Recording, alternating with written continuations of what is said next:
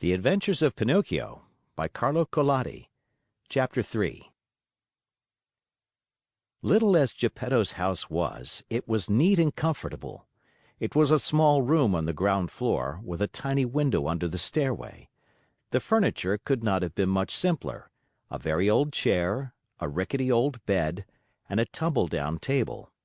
A fireplace full of burning logs was painted on the wall opposite the door. Over the fire there was painted a pot full of something which kept boiling happily away and sending up clouds of what looked like real steam. As soon as he reached home, Geppetto took his tools and began to cut and shape the wood into a Marionette. "What shall I call him?" he said to himself. "I think I'll call him Pinocchio. This name will make his fortune.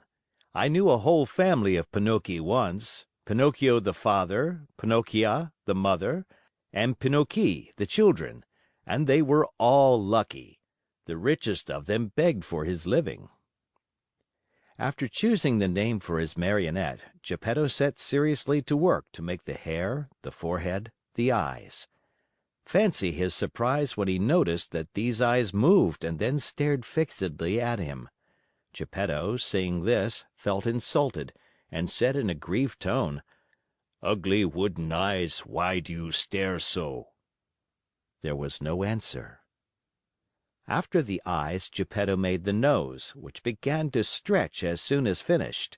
It stretched and stretched and stretched, till it became so long it seemed endless. Poor Geppetto kept cutting it, but the more he cut, the longer grew that impertinent nose. In despair, he let it alone. Next he made the mouth. No sooner was it finished than it began to laugh and poke fun at him. "Stop laughing!" said Geppetto angrily, but he might as well have spoken to the wall. "Stop laughing, I say!" he roared in a voice of thunder. The mouth stopped laughing, but it stuck out a long tongue. Not wishing to start an argument, Geppetto made believe he saw nothing, and went on with his work. After the mouth, he made the chin, then the neck, the shoulders, the stomach, the arms, and the hands. As he was about to put the last touches on the finger tips, Geppetto felt his wig being pulled off. He glanced up and what did he see? His yellow wig was in the Marionette's hand. "Pinocchio, give me my wig." But instead of giving it back, Pinocchio put it on his own head, which was half swallowed up in it. At that unexpected trick, Geppetto became very sad and downcast, more so than he had ever been before. "Pinocchio, you wicked boy!" he cried out. "You are not yet finished and you start out by being impudent to your poor old father. Very bad, my son, very bad!" And he wiped away a tear. The legs and feet still had to be made. As soon as they were done, Geppetto felt a sharp kick on the tip of his nose. "I deserve it," he said to himself. "I should have thought of this before I made him. Now it's too late." He took hold of the Marionette under the arms and put him on the floor to teach him to walk. Pinocchio's legs were so stiff that he could not move them, and Geppetto held his hand and showed him how to put out one foot after the other. When his legs were limbered up, Pinocchio started walking by himself and ran all around the room.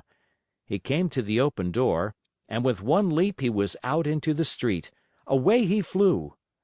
Poor Geppetto ran after him but was unable to catch him, for Pinocchio ran in leaps and bounds, his two wooden feet, as they beat on the stones of the street, making as much noise as 20 peasants in wooden shoes.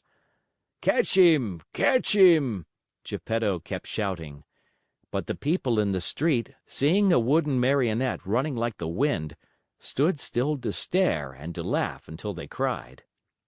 At last, by sheer luck, a Carabineer happened along, who, hearing all that noise, thought that it might be a runaway colt, and stood bravely in the middle of the street, with legs wide apart, firmly resolved to stop it and prevent any trouble.